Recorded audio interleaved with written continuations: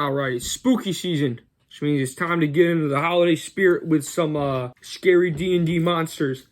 Well, actually, in this case, it's not necessarily, scary, but more of just an annoyance to the players to get back at them for just being absolute twerps.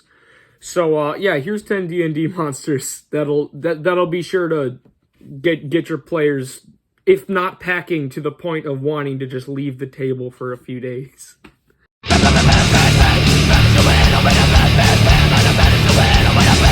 Alright, so number one is the Rust Monster. And the Rust Monster is really good when it comes to players who have really good armor and they like to remind other players like, "Oh, I got to the chest first." And they're so proud of their armor that if they were to lose it, it would literally be the end of the world.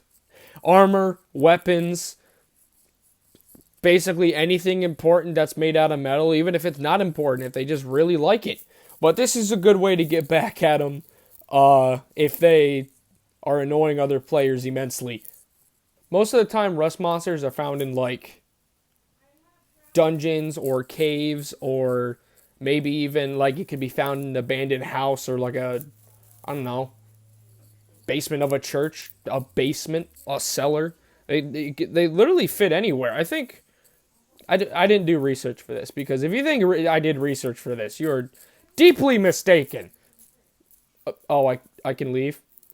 Oh, okay. Bye.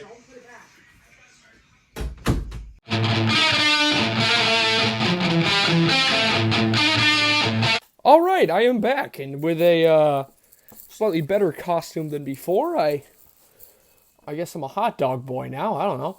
But anyway, yes, let's get on to our second monster, which is, well, not really a monster, but ghost is a monster, it's whatever. Ghosts are monsters. I heard something. Anyway, talking about ghosts. So, they're really good because if you were, say you're you have a haunted house setting, or maybe it's a Halloween campaign, they would be good for those pesky players who just think they always know what's going on. They try to I'm the leader of the group, let me do everything. But once they're faced with something they don't know about, they get immediately put in their place. And this is, using a ghost to be a good opportunity to put a lower player ahead of the pack again. Or maybe even the players that are falling behind and feeling like they don't know as much as that one guy who is supposedly leading the group. Because ghosts are like invisible beings. You can use them to throw things. You can pick up a chair and throw it at the one guy, or maybe just it's an invisible man. You can make stuff float. You can you can open curtains at will. You can open closed doors. You can make them trip over nothing, or you can touch them. I don't know.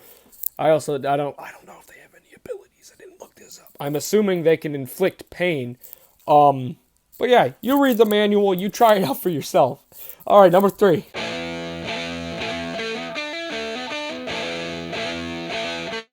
Bat Swarm. So, Bat Swarms are nice because not only it brings the best of the oh, I almost forgot. I have the same costume as last time. Ooh. I don't know what that was, but anyway, I'm Angus Young. But as I was saying, not only it brings the feel of Halloween to the game, because it's bats. What more Halloween-y is bats? It's a bat. Other than I need to make a pumpkin monster.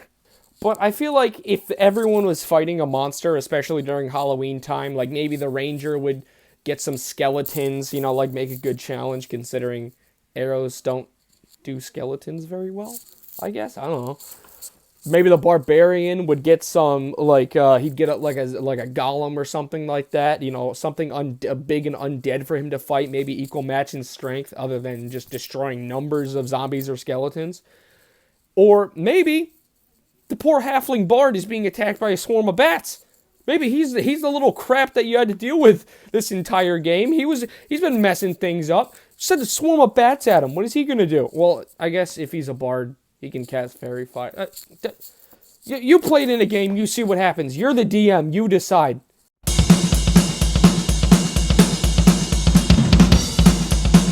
Alright, number 4 we have on our list is angry civilians. Now, technically this isn't a monster, but it is, like an NPC. But I'm talking about ones that specifically will go out of their way to harm the player for no apparent reason. Maybe they're drunk. Maybe they're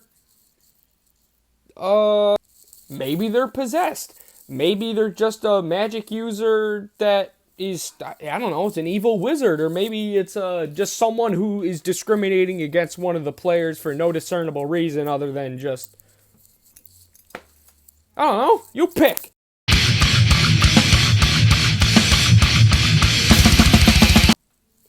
Now this one is a personal favorite of mine, and I think definitely if he was here with us now, rest in peace, Ganam. Oh, costume change.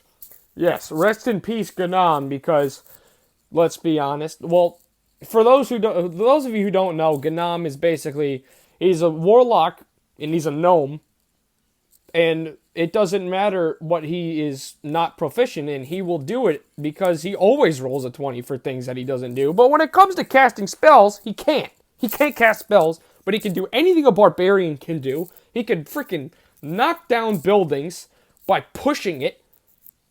Nat 20s, magical things. But anyway, you bet your badunker dunk that this gnome indeed loved mushrooms. And this mushroom, the purple fungus, well, he would like more as something to have and not to eat, even though he'd probably try to eat it and live anyway, because that's just who he is. He's a god. But the purple fungus is a real nice way to really prank people in the Underdark.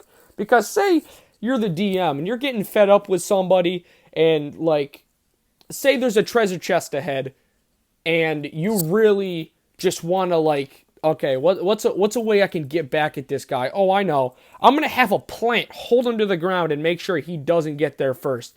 Or maybe he's just in battle and this fungus just grabs him and pulls him to the ground and prones him so that it... Or there's, of course, just getting a higher strength check than the tentacles holding him down, which... obvious.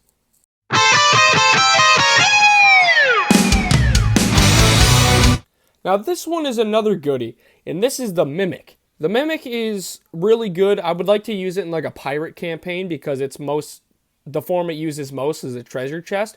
But this would also be good in a dungeon if it was like a door, like the whole room is the Mimic, but the door is like the mouth. So that just like, oh yeah, let's split up. I'm the leader of the group, so you guys can go down those doors. I'll go down the one that looks interesting. And the one that looks interesting, you can make a mimic room. Or maybe even if it's a treasure chest, like the leader holds everyone else back. He's like, okay, let me open it. Who knows what might be in here? He knows it's gonna be a good treasure chest. But opening it, hand comes off. Boom, there you go. Or at least he takes damage or something like that. But he's got it on his arm or something. Or maybe it'd be a toilet. Do that in your adventure. Make it a toilet. If you don't do it, I swear.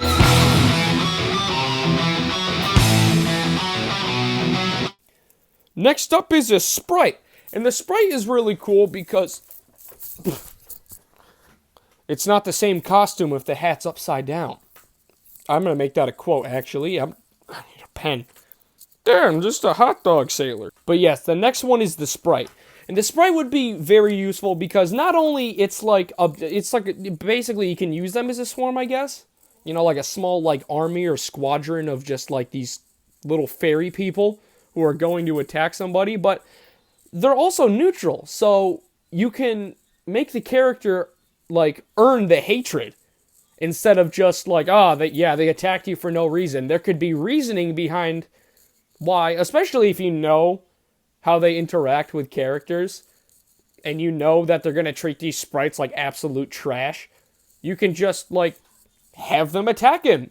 Or maybe they steal his things and they use it in their little, I don't know, colonies. I don't know what they live in. But you can also give them personalities, and they can have, like, they can be different shapes and sizes. They're just fun to customize, you know? They're little people, little elves with wings.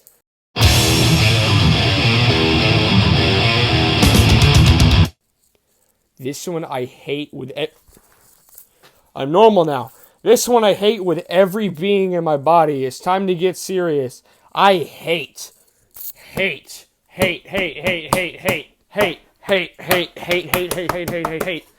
hate Umber Hulks.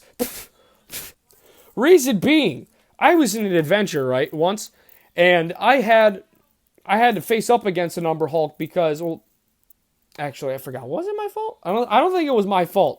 No, I was looking at gargoyles and everyone else was talking to people and they locked us in a room. Basically, long story short, everyone else got out of the pit while I was left in it to fight an Umbra Hulk, and it tore me to shreds, and I grabbed onto a piece of rope that someone threw down, and they just yanked me up. But yeah, their giant claws can essentially just tear you apart in seconds. I think they do like a D20 or 2D10 damage. I don't know. It's been a while. You look it up.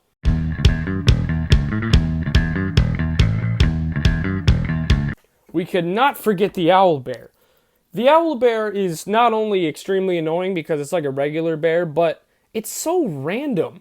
So the player could literally just in the woods, possibly in the jungle? I don't know. I don't think owls live in the jungle. I don't know. Somebody confirm that for me. But anyway, the owlbear can literally just come out of anywhere in the woods. Like maybe, I don't know. It just came out of a bush because it's angry or something, or it was taking a dump and you just got a little bit too close to the path. Well, its path, not the path you're... And anyway, it does a ton of damage. I'm not sure about its armor class, but I've just heard way too many horror stories about owlbear encounters that I can't help but put it on the list because it's like a regular bear, just a million times worse, apparently.